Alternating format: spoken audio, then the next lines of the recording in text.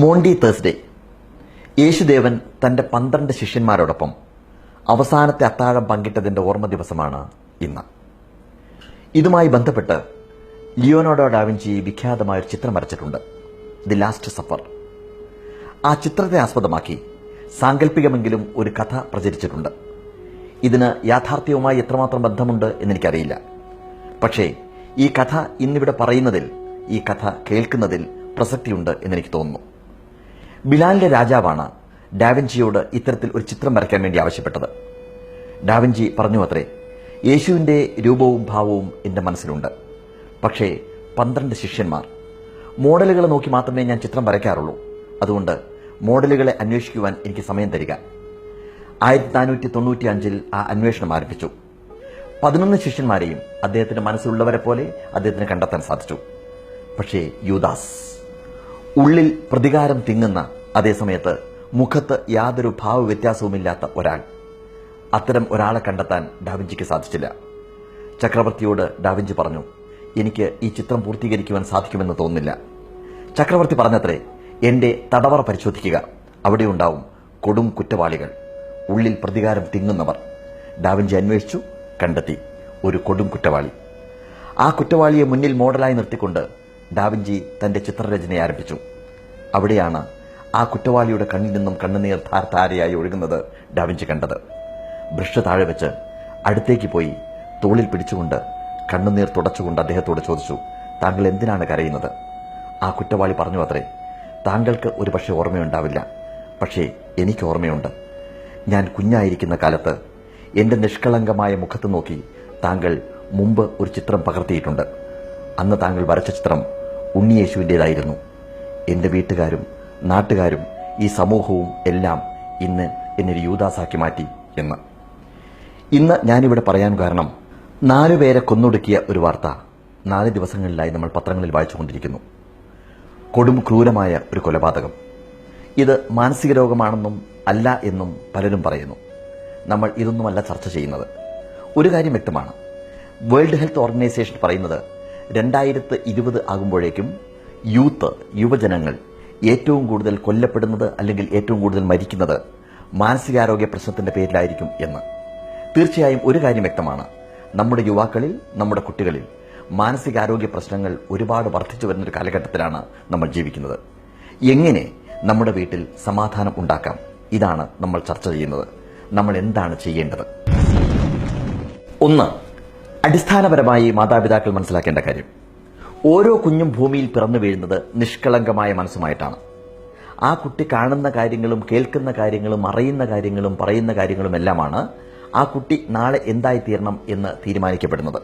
അതുകൊണ്ട് തന്നെ ആ കുട്ടി നാളെ എന്തായിത്തീരണം എന്നുള്ള കാര്യത്തിൽ സമൂഹത്തിന്, മാതാപിതാക്കൾക്ക് വലിയൊരു ഉത്തരവാദിത്തമുണ്ട്. അതുകൊണ്ടാണ് സ്വാമി വിവേകാനന്ദൻ പറഞ്ഞത്, നിങ്ങളുടെ കുഞ്ഞിനെ എന്നെ ഏൽപ്പിക്കൂ, അവൻ എന്തായിത്തീരണമെന്ന് എന്നോട് പറയൂ, അത് ഞാൻ ആക്കി തിരിച്ചു തരാം എന്ന്. ഓരോ കുട്ടിയുടെയും മനസ്സ് ഒരു ഹിമശില പോലെയാണ്. 10ൽ 1 ഭാഗം മാത്രമാണ് നാം പുറത്ത് കാണുന്നത്, ഉപരിതലത്തിൽ കാണുന്നത്. ബാക്കി 9 ഭാഗവും മറഞ്ഞിരിക്കുകയാണ്. ഇതാണ് അതിബോധ മനസ്സ്. ആ കുട്ടിയുടെ മനസ്സിലേക്ക് നമ്മൾ പതിക്കുന്ന കാര്യങ്ങൾ, ആ കുട്ടി കാണുന്ന കാര്യങ്ങൾ, കേൾക്കുന്ന കാര്യങ്ങൾ എല്ലാം ആ കുട്ടി പോലും അറിയാതെ അതിബോധ മനസ്സിൽ എഴുതി പിടിപ്പിക്കുന്നുണ്ട്. ഇതാണ് ആ കുട്ടിയെ ഭാവിയിലേക്ക് വാർത്തെടുക്കുന്ന ഏറ്റവും പ്രധാനപ്പെട്ട കാര്യം എന്നുള്ളത് അടിസ്ഥാനപരമായിട്ട് മനസ്സിലാക്കുക. ഇനി 2, വീട്ടിലെ അന്തരീക്ഷമാണ് ഏറ്റവും പ്രധാനം. ഒരു കുട്ടി വളർന്നു വരുമ്പോൾ റോൾ മോഡലാക്കുന്നത് അച്ഛനെയും അമ്മയെയുമാണ്. വീട്ടിലെ അന്തരീക്ഷം സമാധാനപരമല്ലെങ്കിൽ കുട്ടിയുടെ മനസ്സ് സംഘർഷഭരിതമായിരിക്കും. അച്ഛനും അമ്മയും പ്രേമത്തിലല്ലെങ്കിൽ കുട്ടിയുടെ മനസ്സിൽ ഒരിക്കലും സ്നേഹം വിരിയുകയില്ല.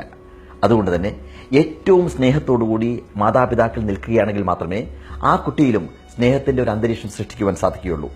മാതാപിതാക്കൾ തമ്മിൽ പരസ്പരം കലഹിക്കുന്നത്, അങ്ങോട്ടും ഇങ്ങോട്ടും കുറ്റം പറയുന്നത്, വഴക്ക് കൂടുന്നത് എല്ലാം കുട്ടി പ്രതികരിച്ചില്ലെങ്കിൽ പോലും ആ കുട്ടിയുടെ മനസ്സിൽ മുദ്രണം ചെയ്യപ്പെടും എന്നുള്ള കാര്യം മാതാപിതാക്കൾ മറക്കരുത്. അതുകൊണ്ട് ഏറ്റവും കൂടുതൽ സ്നേഹമുള്ള ഒരു അന്തരീക്ഷം വീട്ടിലുണ്ടാക്കുക എന്നുള്ളത് മാതാപിതാക്കളുടെ ഉത്തരവാദിത്തമാണ്. ഇനി 3, അടഞ്ഞ മുറിയിലെ ഇരുണ്ട ചിന്തകളല്ല, നേരെമറിച്ച് തുറന്ന മുറിയിലെ വിശാലമായ ചിന്തകളാണ് കുട്ടിയുടെ മനസ്സിൽ നിറയ്ക്കേണ്ടത്. വീട്ടിൽ പലപ്പോഴും സംഭവിക്കുന്ന ഒരു കാര്യം, കുട്ടികൾ പലപ്പോഴും മുറിക്കകത്ത് കയറി വാതിലടച്ചിരിക്കുന്നു എന്നുള്ളതാണ്. ഇന്ന് അണുകുടുംബമാണ്. കൂട്ടുകുടുംബത്തിന്റെ വ്യവസ്ഥയെല്ലാം മാറി. പണ്ട് തുറസായ സ്ഥലത്ത് നമ്മൾ ഒരുമിച്ചിരിക്കുമായിരുന്നു. പക്ഷേ ഇന്ന് കുട്ടികൾ പഠിക്കാനാണെന്ന് പറഞ്ഞ് മുറിയിൽ അടച്ചിരിക്കുന്നു. മാതാപിതാക്കൾ അത് ശ്രദ്ധിക്കുന്നില്ല. അതേസമയം വാതിൽ തുറന്നിട്ട് കുട്ടികൾ പഠിക്കട്ടെ, അവിടെ അച്ഛനും അമ്മയും ഇടയ്ക്ക് കടന്നു ചെന്ന് എന്താണ് അവർ ചെയ്യുന്നത് എന്ന് നോക്കാൻ നമ്മൾ ബാധ്യസ്ഥരാണ്. തമാശ പറഞ്ഞ് കുട്ടികളോട് കൂട്ടുകൂടി പുറത്തു വരികയാണെങ്കിൽ ഒരിക്കലും കുട്ടികൾക്ക് അതൊരു പരിഭവമാവുകയില്ല. 4. നമ്മളെല്ലാവരും ഒരു ചതുരത്തിനുള്ളിൽ കുടുങ്ങിക്കിടക്കുന്നു എന്ന് പറയുന്നതാണ് ഏറ്റവും വലിയ ദുരവസ്ഥ. ഫോണിന്റെ സ്വാധീനം, സോഷ്യൽ മീഡിയയുടെ സ്വാധീനം, അതിലപ്പുറം ടെലിവിഷന്റെ സ്വാധീനം. പണ്ട് കുട്ടികളോട് അമ്മമാർ പറയുമായിരുന്നു പ്രാർത്ഥിച്ച് കിടക്കണമെന്ന്. എന്തിനാണെന്ന് പറയുന്നത്? രാത്രി കിടക്കുന്ന സമയത്ത് എന്താണോ ചിന്തിക്കുന്നത് അതാണ് രാവിലെ വരെ അതിബോധ മനസ്സിട്ട് കശക്കുന്നത്. അവിടെയാണ് ഒരു കുട്ടിയുടെ മനസ്സിൽ വളർച്ചയുണ്ടാവുന്നത്. അതേസമയം രാത്രി സമയങ്ങളിൽ ടെലിവിഷനിൽ കാണുന്ന കൊലപാതകങ്ങളുടെയും മോഷണത്തിന്റെയും പോലീസുകാർ കള്ളനെ ആമം വെച്ച് കൊണ്ടുപോകുന്നതിന്റെ ദൃശ്യം കുട്ടിയുടെ മനസ്സിൽ വരുമ്പോൾ ഒരു ക്രിമിനൽ മൈൻഡ് ആ കുട്ടിയുടെ മനസ്സിൽ ഉണ്ടാകും എന്നുള്ള കാര്യം തീർച്ചയാണ്. അതുകൊണ്ട് കുഞ്ഞുങ്ങളെ ഒരു കാരണവശാലും അത്തരം പരിപാടികൾ കാണാൻ പ്രേരിപ്പിക്കാതിരിക്കുക. മറ്റൊന്ന്, കുട്ടികൾ നിർബന്ധമായും വായിച്ചുറങ്ങണം എന്ന് കുട്ടികളോട് പറയുക. പുസ്തകം വായിക്കട്ടെ ധാരാളം. അവിടെ അവർക്ക് കൊടുക്കേണ്ട പുസ്തകം എന്ന് പറയുന്നത് ആത്മകഥാസ്പർശമുള്ള പുസ്തകങ്ങളാണ്. ഒരുപാട് കഠിനാധ്വാനത്തിലൂടെ വളർന്ന വ്യക്തികളുടെ കഥകളാണ് വേണ്ടത്. അത് വായിക്കുമ്പോൾ കുട്ടികളുടെ മനസ്സിൽ ഒരു പോസിറ്റീവ് മൈൻഡ് ഉണ്ടായിരിക്കും. രാവിലെ വരെ കുട്ടികളുടെ മനസ്സിൽ ഈ ചിത്രമായിരിക്കും പതിഞ്ഞിരിക്കുക.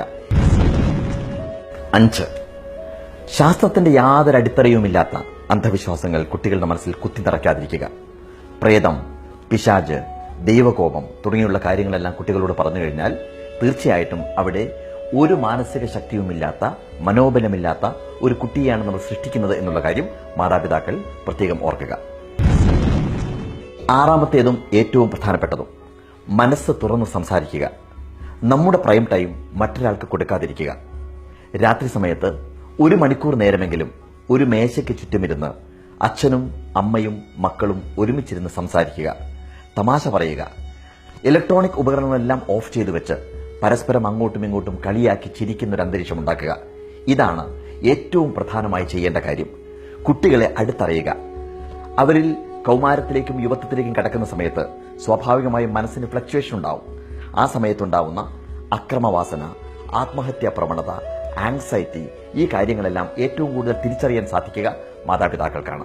അങ്ങനെ സംശയം തോന്നുന്ന പക്ഷം നിർബന്ധമായും ഡോക്ടറെ കാണിക്കുക. ഇത്രയും കാര്യങ്ങളെല്ലാം മാതാപിതാക്കൾ ശ്രദ്ധിച്ചു കഴിഞ്ഞാൽ ഒരു നല്ല തലമുറയെ നമുക്ക് സൃഷ്ടിക്കുവാൻ സാധിക്കും.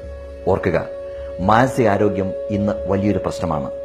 മദ്യത്തിന്റെയും മയക്കുമരുന്നിന്റെയും കടന്നുകയറ്റം ഇന്നൊരു വലിയ പ്രശ്നമാണ്. ആത്മഹത്യ പെരുകിക്കൊണ്ടിരിക്കുകയാണ് നമ്മുടെ കേരളത്തിൽ. അതുകൊണ്ട് തന്നെ നമ്മുടെ ഉത്തരവാദിത്തം നല്ലൊരു തലമുറയെ സൃഷ്ടിക്കുക എന്നുള്ളതാണ്.